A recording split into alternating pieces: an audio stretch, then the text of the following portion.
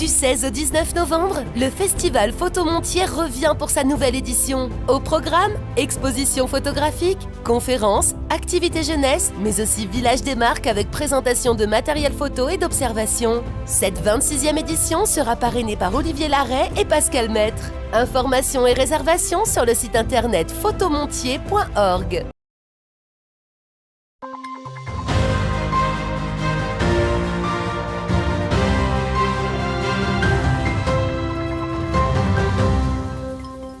Bonjour et ravi de vous retrouver dans votre nouvelle édition du 15 Info. Voici les titres de ce jeudi 9 novembre. La secrétaire d'État du ministre des Armées et chargée des anciens combattants et de la mémoire en Haute-Marne était en déplacement aujourd'hui à Colombey-les-Deux-Églises pour rendre hommage au général de Gaulle. En mémoire aux anciens combattants, le mémorial Charles de Gaulle de Colombey-les-Deux-Églises inaugura samedi, jour de l'armistice de 1918, un parterre de fleurs participatif dédié aux Bleuets de France. En ce jour national contre le harcèlement scolaire, nous irons au collège Paul Claudel à Vassy.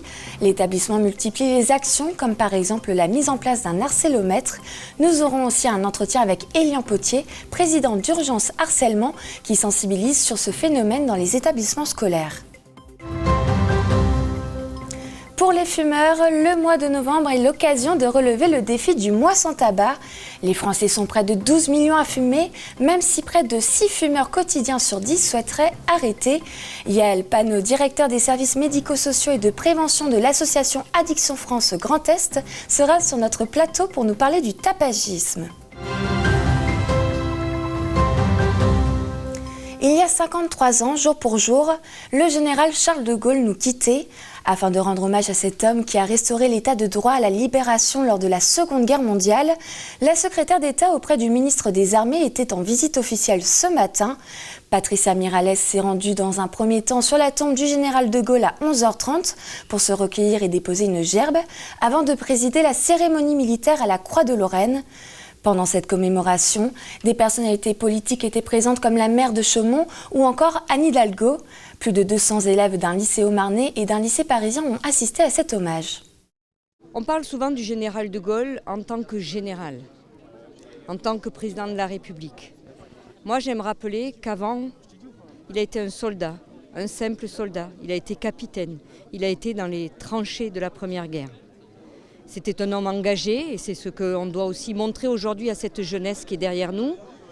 C'est que quand on s'engage pour son pays, pour la liberté, pour l'amour de son pays, eh bien le général de Gaulle fait partie de ces exemples que la jeunesse a besoin aujourd'hui de comprendre. La France a vécu des moments difficiles et nous nous rendons compte aujourd'hui que finalement la mémoire s'efface et que par l'histoire, on pourra à nouveau retrouver les lettres de noblesse, ce que nos anciens ont fait pour nous, pour que nous soyons aujourd'hui ici, que nous soyons dans un pays libre. Et donc plus que jamais, nous devons nous préoccuper de la jeunesse, plutôt que de les montrer du doigt, plutôt que de dire oui c'est jeune. Non, non, il faut aller vers eux.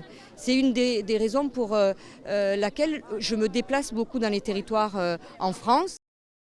Nous restons à l'entrée du mémorial Charles de Gaulle pour parler cette fois-ci des commémorations du 11 novembre.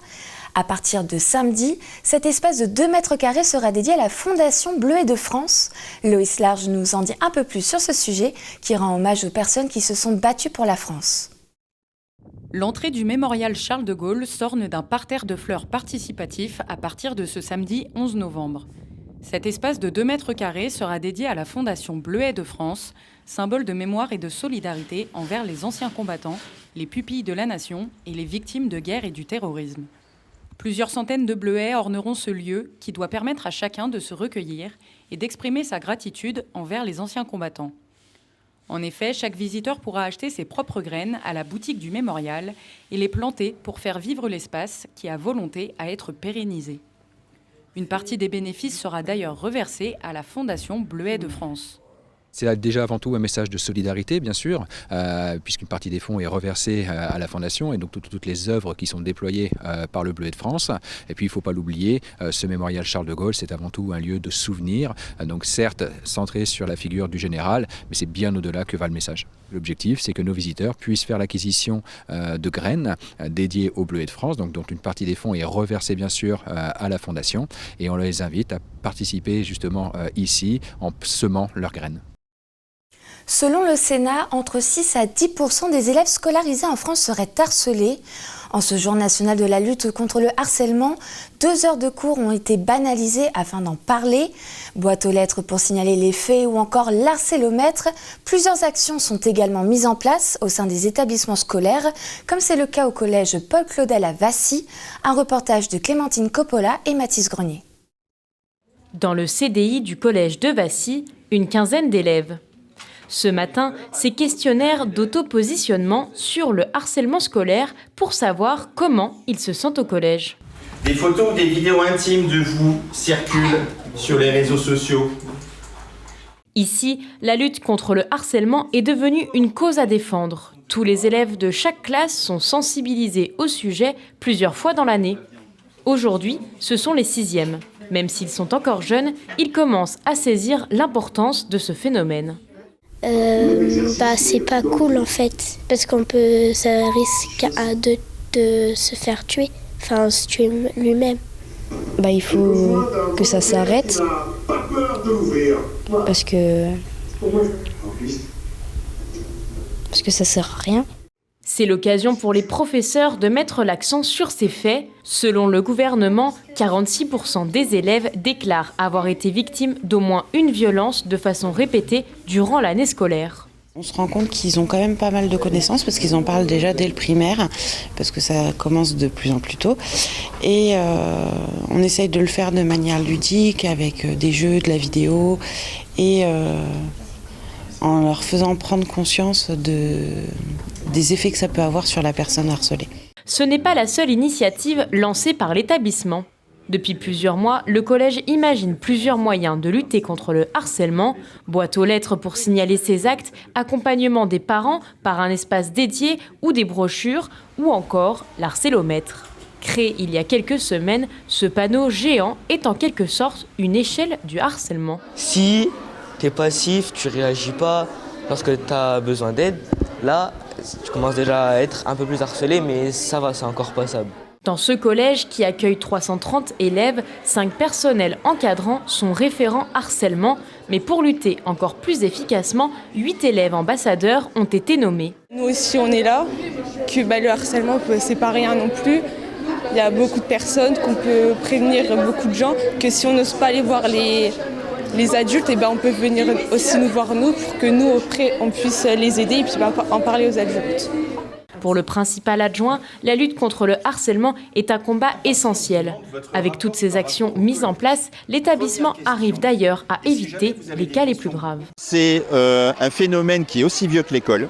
Sincèrement, en tant qu'élève, ancien élève, on a connu des situations où on a vu des situations de harcèlement. Simplement, la nouveauté, c'est que maintenant, il y a les réseaux sociaux. C'est-à-dire qu'avant, on avait une remarque qui pouvait être lancée dans la journée et le soir, on rentrait chez nous et on oubliait, on passait à autre chose. Là, le harcèlement, il continue le soir sur les réseaux sociaux et parfois même en meute dans les groupes sur Snapchat ou Instagram. Et donc, l'idée, c'est vraiment maintenant... compte tenu de l'actualité et des événements qu'il y a pu y avoir ces derniers mois ou ces dernières années, l'idée c'est vraiment d'expliquer, de former les élèves et de prévenir en fait toute situation. On a un rôle à jouer et tout le monde a ce rôle à jouer. Le collège ne compte pas s'arrêter là. L'équipe encadrante souhaite encore élire de nouveaux ambassadeurs harcèlement, cette fois-ci dans les classes de 6e. Voilà. Il est justement l'un des porte-parole de la lutte contre le harcèlement. Élien Potier, président d'Urgence Harcèlement, s'était rendu dans ce collège afin de sensibiliser et d'alerter sur les conséquences. Ancienne victime d'harcèlement, ce jeune homme de 21 ans intervient dans les collèges et les lycées afin de faire bouger les choses et de libérer la parole. Depuis 5 ans, il y a pas mal de choses, et même un peu plus. Il y a pas mal de choses qui ont changé, notamment la prise en compte des signalements des personnes qui sont victimes de harcèlement au sein de leur établissement. Avant déjà, on ne savait pas qu'est-ce qu'était le harcèlement et on ne savait pas poser des mots, surtout les jeunes. Aujourd'hui, on en parle et on fait en sorte que ce sujet soit de moins en moins tabou. Donc oui, on avance aussi parce que on va dans les établissements, on parle aux jeunes, on leur dit qu'il faut parler, on leur dit qu'il faut signaler, on leur dit que dès l'instant qu'on est témoin d'une situation, il faut en parler. Aujourd'hui, on sait que certains jeunes ne connaissent pas encore ce qu'est le harcèlement, ne savent pas encore quel rôle on a tous à jouer dans cette lutte et où est-ce que ces phénomènes de harcèlement, ces situations de harcèlement peuvent se produire. Moi, je pense que toutes les mesures qui ont été annoncées vont dans le bon sens. Vous dire aujourd'hui que toutes les mesures suffisent, ça je sais pas, je pense qu'on n'en fait jamais assez à ce sujet, dans cette lutte, à voir dans les prochains mois comment ça va se traduire, à voir dans les prochains mois si au niveau des statistiques on ressent une baisse de signalement, on ressent un caractère qui pourrait nous laisser penser que le harcèlement diminue. On croise les doigts en tout cas et on verra dans les prochains mois. Si vous souhaitez signaler un harcèlement ou avoir des renseignements à ce sujet, vous pouvez contacter anonymement le numéro gratuit 30 18 tous les jours de 9h à 23h. Depuis le 1er novembre, les fumeurs sont invités à passer 30 jours sans fumer pour la 8e édition du Mois sans tabac. Un défi qui n'est pas toujours facile à tenir pour les fumeurs qui consomment plus d'une dizaine de cigarettes par jour. Yaël Panot, directeur des services médico-sociaux et de prévention de l'association Addiction France Grand Est, est notre invité du soir pour nous parler des bienfaits de l'arrêt du tabac et comment lutter contre cette dépendance. Bonsoir Yaël Panot. Bonsoir. Alors, de nombreux supports existent désormais pour accompagner les fumeurs à arrêter de fumer. Quels sont ceux qui fonctionnent bien et comment on choisit aussi en fonction de sa consommation de tabac ? Alors aujourd'hui, il y a beaucoup de professionnels de santé en fait, qui peuvent accompagner une personne qui souhaite arrêter de fumer. Alors ça peut être aussi bien médecin généraliste, ça paraît logique, mais également dentiste, kinésithérapeute, infirmier. La meilleure méthode, en fait, c'est de voir avec son professionnel et puis d'envisager d'utiliser des traitements de substitution nicotinique. Donc effectivement, c'est les patchs, les gommes ou les inhalateurs. Et là, finalement, c'est le professionnel qui va donner des conseils personnalisés à chaque personne, aussi bien sur la posologie, mais également sur la méthode, parce que la gomme ne va pas fonctionner avec tout le monde. Voilà, c'est vraiment adapté à chaque personne. Donc il n'y en a pas forcément un qui fonctionne mieux que l'autre, c'est vraiment... Ça dépend de chaque personne. Et puis on a aussi, parmi ces nombreux supports, il y a aussi la cigarette électronique, dont le nombre d'usagers a énormément augmenté depuis 2016.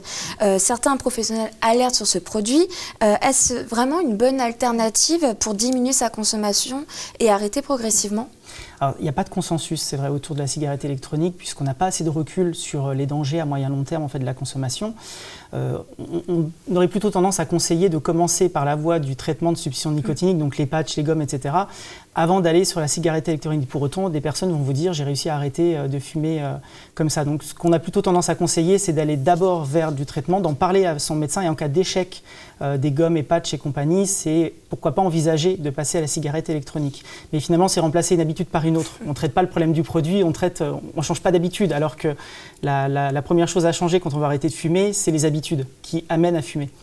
Et le tabac est considéré comme une addiction au même titre que l'alcool et la drogue.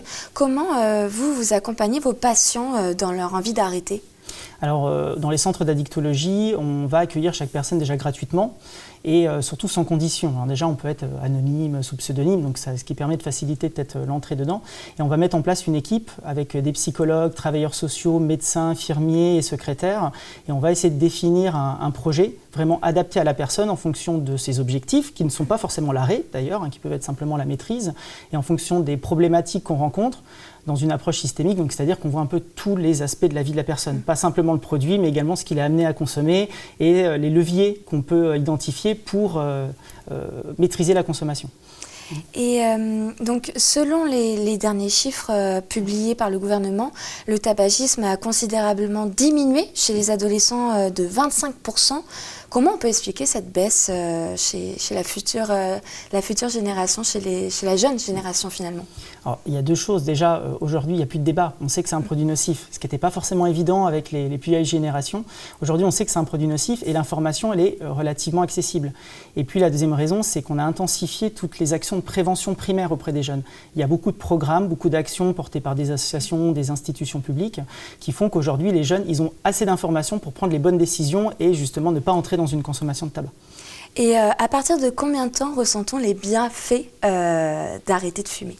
Alors c'est au bout de quelques jours, assez rapidement, on va voir des effets sur le souffle, les capacités pulmonaires, mais aussi sur le goût, l'odorat qui va s'intensifier, également sur la peau. On va avoir un ton plus clair au bout de peut-être une semaine, ralentissement du vieillissement. C'est des choses assez tangibles et visibles qu'on va voir dès les premiers jours, dès les premières semaines d'arrêt. On va tout de suite le voir, ce qui permet peut-être de consolider aussi la motivation à arrêter.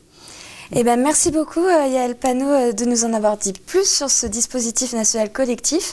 Cette année, ils sont plus de 150 000 inscrits sur le site du Mois sans tabac afin de relever le défi. Et il est aussi possible bien sûr de joindre gratuitement et par téléphone des tabacologues au 39 89 et aussi avoir un professionnel de santé de proximité.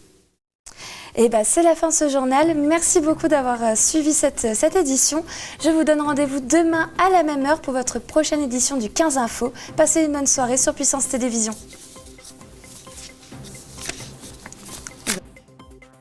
Toute l'actualité en continu à retrouver sur notre site internet et notre application mobile.